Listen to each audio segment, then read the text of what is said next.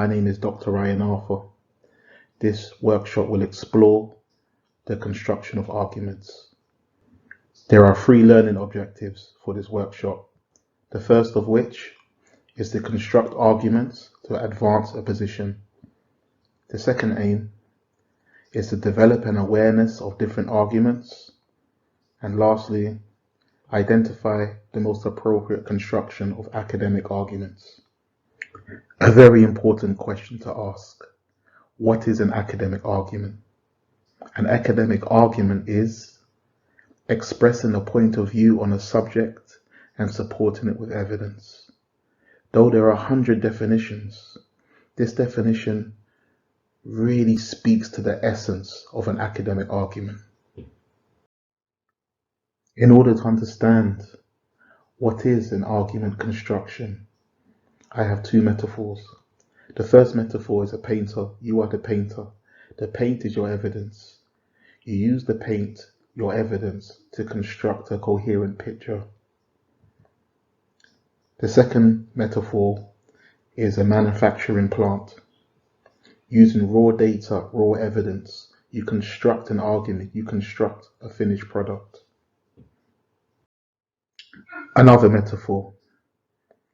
This is a map of the tube. It looks anarchic, diverse, disordered. This represents evidence. Evidence is all over the place. Primary evidence, secondary evidence, evidence from journals, evidence from books. It's all over the place. It's scattered. This is what we do with the evidence. We bring all the evidence together in a coherent picture, in a coherent map, well structured, well ordered. A model argument. We will talk now about building a model argument. The first sentence in your argument paragraph is called the intro sentence, the introduction sentence. This opening sentence briefly explains the crux of the argument. What is the argument about? This is followed by the middle sentence, the main body sentences. This is the evidence from the literature. Evidence from journals, evidence from books, evidence from research, evidence from primary or secondary data. This substantiates the intro sentence. The third aspect is the conclusion sentence.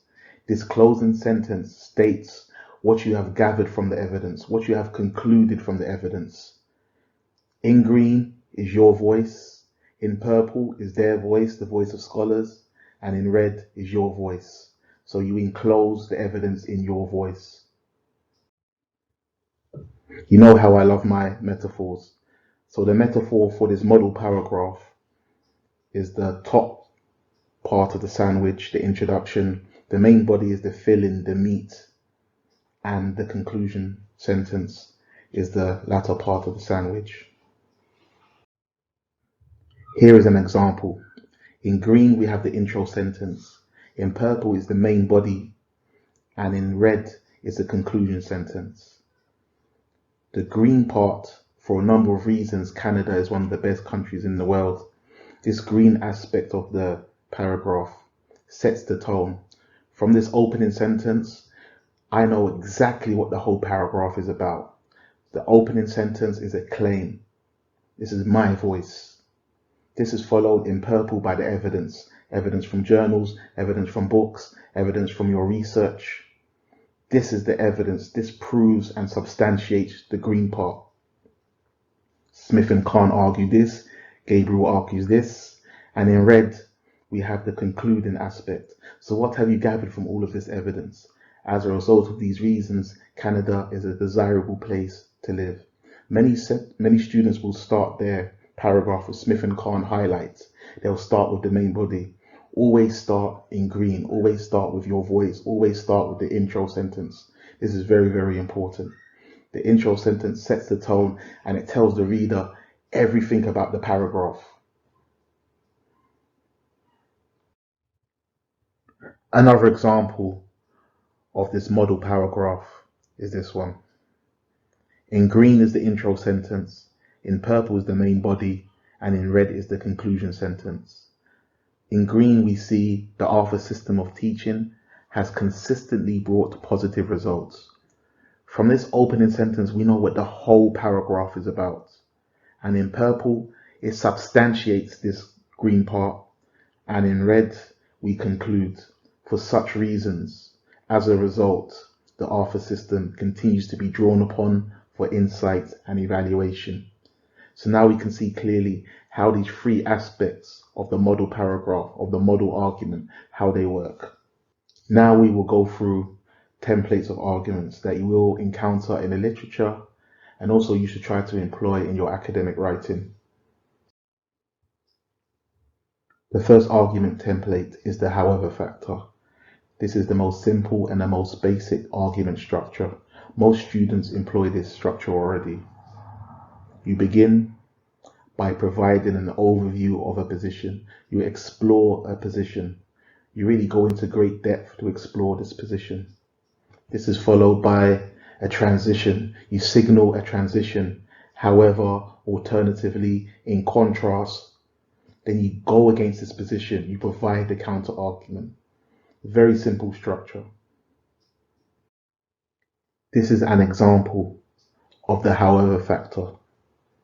It starts by giving an overview of the position. It was widely reported that the murder rate in London exceeded that of New York City for the first time. In early 2018, there were fewer murders in New York City. Notice how there's plenty of referencing. Notice how it gives time to explore without being critical. Then we have the crucial word, however. This is the transition word. However, alternatively, in contrast, then we see a counter argument, also referenced. It's important to note, not all howevers are created equal. Some howevers are not used in an argumentative fashion. Let's show an example. Let's look at this example. This example really speaks to the fact that however is not always used in an argumentative fashion. Almost half of the school age of students in the US are from diverse backgrounds. However, 82% of current teachers are white females. So, even though there is however in this sentence, it is not critical. It is still a descriptive paragraph.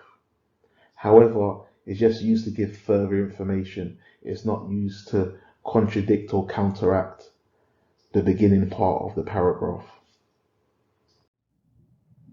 Here is a second example. However, in this paragraph is used in a critical fashion. Zero tolerance policing is considered by Burke to be a proactive and assertive policing method. However, Lum cautions that zero tolerance policing might also lead to a normalization of inappropriate behavior by police officers. So we can see the however in this example is used in a critical way. In summary, take time to explore each argument. Take time to explore the argument and the counter argument. Rather than go straight into the analysis, rather than go straight into the counter argument, make sure you take the time to explain the initial argument. Keep it simple. Explore the argument, transition word, counter argument.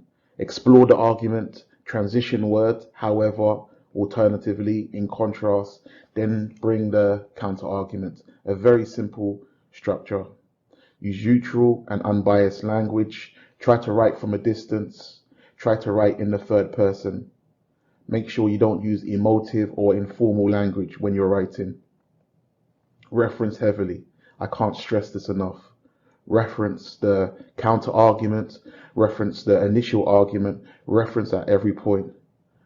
When you reference heavily, when you reference a lot, your lecturer, the person marking your work, gets the impression that you're well read and that you've read around the subject and about the subject. Template 2. There can only be one. This template is when you provide a summary of statements and you select one statement and you explain why you selected it. Very simple. You provide a summary of statements from scholars and you select one statement and you explain why you selected it. Here is an example. Health inequality has a number of definitions. Jones defines it in a certain way, James defines it in a certain way, and O'Hara defines it in a certain way. But you choose O'Hara's definition and you explain why. Very simple. You give an overview of the different definitions, different statements from the scholars. You choose one and you explain why you chose it. So once again, in green, we have that intro sentence. Always important to start that paragraph with this intro sentence. It gives an overview of the subject. Then in purple, we see the evidence and we see the different statements from scholars. Jones is saying this, O'Hara is saying this, James is saying this, and in red, we choose which definition and we explain why we chose it. Many students, when they provide a definition or they provide certain statements from scholars, they just provide those statements. You have to go one further than this and explain why you selected it. Definitions, statements from scholars are descriptive. Many students will start their essay by providing multiple definitions or multiple statements from scholars. It's about you choosing one and explaining why you chose it. It shows real critical thinking, real critical analysis. Not only with definitions you can do this, scholarly opinions, models, theories, frameworks, policies. Whenever you engage with something, explain why you chose it, why did you select it. And this really speaks to ownership, taking ownership of your work. Even though the assignment question was set by your lecturer, you take ownership of the whole project. You take ownership of the definition and you take ownership of the different scholarly statements. The third template is called the magic number. Take a look at these two paragraphs. What is the difference between the paragraphs?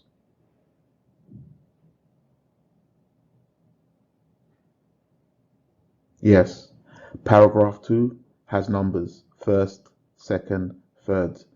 When you do this, you show much more organization. You show that your argument is far more cohesive. It shows that you sat down and thought about your argument. There are a number of criticisms leveled at the reliability of focus group interviewing. First is this, second is this, third is this. Paragraph 1 is exactly the same, but it has no numbers. So it seems far more scattered, far more disorganized, far more DIY, not like its counterpart of paragraph 2. So when you bring multiple points for a similar issue, try to number them first, second, third, and so on. Just to reiterate, when you bring similar ideas together, it's always good to number them. It gives the impression of organization and planned thought, and it strengthens your argument. If one doesn't work, then maybe the other two will. And if one works, then number 2 and 3 strengthens your. The last template that we will discuss is called the middleman. This template is about you finding common ground between two opposing arguments. You try to merge these two opposing arguments together because you want to show the value in both opposing arguments. This is the Mount Rushmore of critical thinking. This is the promised land of critical analysis. We have an example here. Health inequality is defined in 2 ways. Both of these ways are very dissimilar. However, in red, you try to combine both of these definitions. You try to find something that connects these definitions. You try to merge both definitions because you don't necessarily want to refute each of these definitions. Really, you want to bring them together. When constructing arguments, it's good practice, wherever possible, to include context. This statement right here has no particular context. However, when we include the letters, the words in red, they really add context to the statement. They really show the lecturer that you have engaged in the reading and that you're aware of the study. Also, we see here an argument without context, and in red we see added context. So just a few words or so, and it really shows that you've done a lot of reading, you've engaged with the materials, and that you have an understanding of the subject. Thank you for listening. In summary, there is a Chinese proverb: what I hear I forget, what I do I understand. How I interpret this proverb is that you may forget much of the templates that I've been through. However, when you start to play around with them, when you start to experiment with them, when you start to implement them, you will understand them more. And mix and match. Feel free to mix and match with everything that you're doing already, or mix and match between the different templates. And all of these templates are here to take ownership of your work. And the last point, and perhaps the most important point, read, and read more. Many of the templates that you have seen, they require reading. They are empty by themselves. They require you to do that reading. Thank you for listening.